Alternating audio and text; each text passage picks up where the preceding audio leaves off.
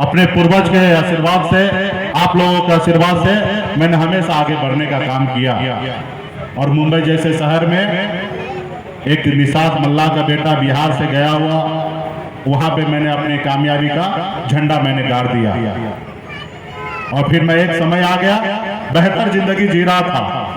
जो दुनिया के जो लोग अमीर लोग होते हैं, जो बेहतर जिंदगी जीते हैं, वैसा मैंने जिंदगी जीने लगा।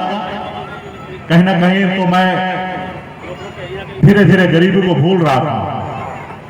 लेकिन फिर मैं 2010 में बिहार आया, अपने लोगों के पास गया, देखा, फिर मुझे फिर से एहसास हुआ और फिर लगातार अपने लोगों के लिए काम करने लगा।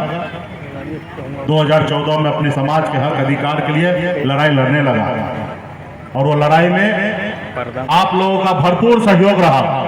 आपने पूरे बिहार को बता दिया कि अगर बिहार में अगर कोई मेरा एक नेता है तो सनत मल्ला मुकेश सहनी मेरा नेता है। जितना मेहनत मैंने किया, जितना पैसा मैंने खर्च किया, उससे 10 गुना ज्यादा खर्च आपने किया। आज जैसे गुरु पूर्णिमा के अवसर पर, वेद व्यास जी के जयंती के अवसर पे आपने लाखों रुपया खर्च किया है, पंडाल बनाया, सारा चीज आपने किया है।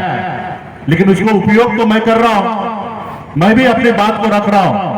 अब मुझे लगता है कि सबसे ज्यादा बात मैं रखूंगा और सबसे ज्यादा बात मेरा आप सुनेंगे।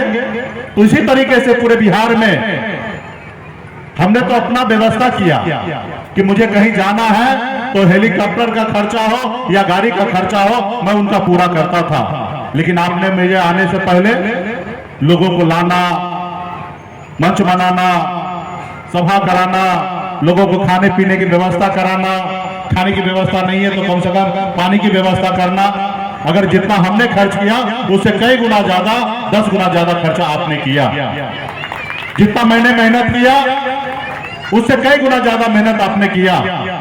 मुझे तो कहीं पे एक सभा में जाने के लिए पटना से हेलीकॉप्टर में बैठा और किशनगंज अगर जाना है तो 1 घंटे में पहुंच जाता था, भागलपुर जाना है तो पौने घंटे में पहुंच जाता था। लेकिन लोगों को अगर घर से निकलना है, मान लीजिए कि पटना से किसी को भागलपुर जाना है तो उसको 8-8 घंटा, 7-7 घंटा लगता था वहां पे पहुंचने में। तो मैंने जितना कष्ट किया इससे ज्यादा कष्ट आपने किया। आपने धूप में रोड पर खड़ा होकर झंडा लेकर इंतजार करने लगे। किसका इंतजार कर रहे हैं? तो हम अपने नेता को इंतजार कर रहे हैं। तो आपने मुझे सब कुछ दिया, हमने बेगर मांगे हुए आपने हमें दिया। सिर्फ मुझे इसलिए आपने दिया क्योंकि मैं ईमानदारी के रास्ते पे चल रहा था। आपको यकीन हो गया कि एक सच्चा नेता हमारा सनत मल्ला मुकेश सहनी है और मैंने भी वही किया।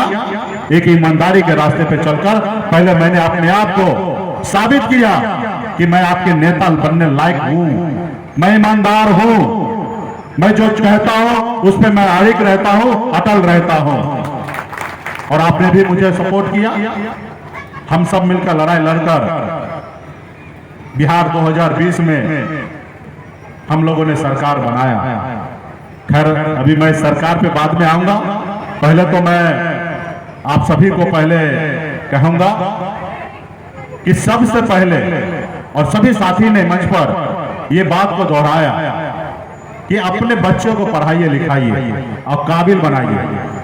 जब तक आपका समाज पढ़ेगा लिखेगा नहीं और काबिल नहीं होगा ना, कि आज का जो संसार है ये कलयुग है।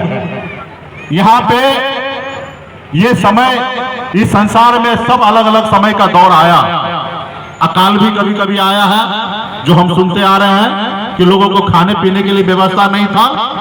लेकिन ये दौर जो है उस सब दौर से कठिन दौर चल रहा है अभी। ये दौर मुझे लगता है कि इससे पहले भी नहीं आए होंगे और मैं भगवान से मनाता हूं कि ये दौर आगे भी कभी नहीं आए इस धरती पर। आज लोगों का स्वार्थ का दौर आ गया है, लोभ का दौर आ गया है, अपने लालच का दौर आ गया है, अपना पराया को नहीं पहचान पाता है, ऐसा दौर आ चुका है। यहाँ पे भाई भाई को काटने के लिए आ गया, भाई भाई को लूटने के लिए आ गया, ऐसी दौर। आज से 30 साल 40 साल पहले ऐसा आप नहीं देखते होंगे। कोई भूखा प्यासा अगर आपके गांव में आ गया रहता होगा तो आप उसको खाना खिलाते होंगे और सोने के लिए बैठने के लिए जगह देते होंगे। लेकिन आज का जो दौर है अभी दूसरे प्रदेश से, दूसरे गांव से कोई आ जाए तो आपको लगेगा कि ये चोर आया है। इसको अपने घर पे बैठाएंगे नहीं, खिलाएंगे नहीं और इसको सोने के लिए जगह नहीं देंगे। अगर सोने के लिए जगह देंगे तो रात में ये चोरी करके चला जाएगा। ये ऐसा दौर आ गया है। इस दौर में आपको सबसे पहले अपने बच्चे को पढ़ाना लिखाना है और उसको काबिल बनाना है। अगर बच्चा पढ़ेगा लिखेगा नहीं तो समझिए इस संसार में आपके पास दो आंख है और ये आंख देखने के लिए है, अच्छा बुरा सब चीज देख रहा है। लेकिन इस संसार में कोई लिखा हुआ चीज है, उसको पढ़ने की बात हो, अगर उसके पास मान लीजिए आंख नहीं है, अंधा है, तो नहीं पढ़ पाएगा। लेकिन आपके पास आंख रहते हुए आप नहीं पढ़े लिखे हैं और कोई पेपर आ जाए तो उसको आप नहीं पढ़ पाइएगा।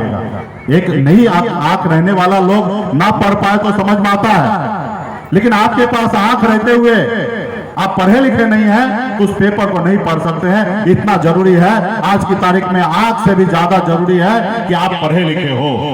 इसलिए अपने बच्चे को पढ़ाइए लिखाइए। आज माँ बाप ने हमें थोड़ा शिक्षा नहीं दिया रहता तो आज इतना बड़ा जगह पे मैं नहीं पहुंचता। तो आज इसलिए आपको भी सपना है कि मुकेश सहनी के जगह हमारे प्रिय बेटा पहुंचे, तो उससे पहले जरूरी है कि उस बच्चे को पढ़ाना।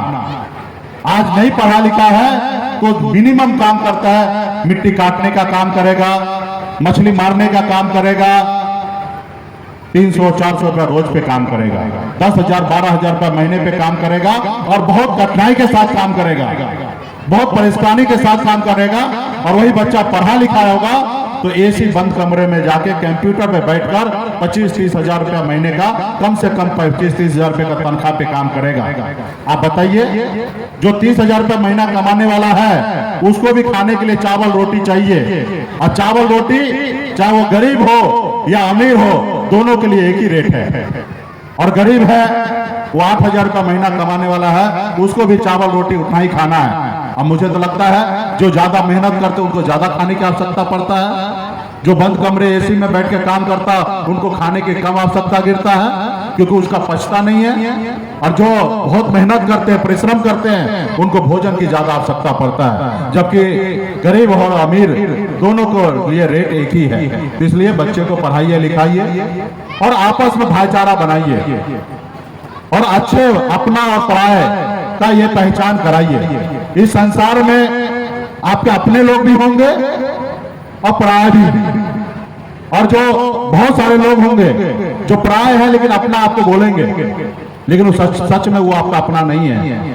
उसको अगर मौका मिले तो आपके शरीर से खून निकालकर मार्केट में बेच देगा। आज ऐसे लोग भी आपके पास है, इसको भी आपको पहचानना पड़ेगा।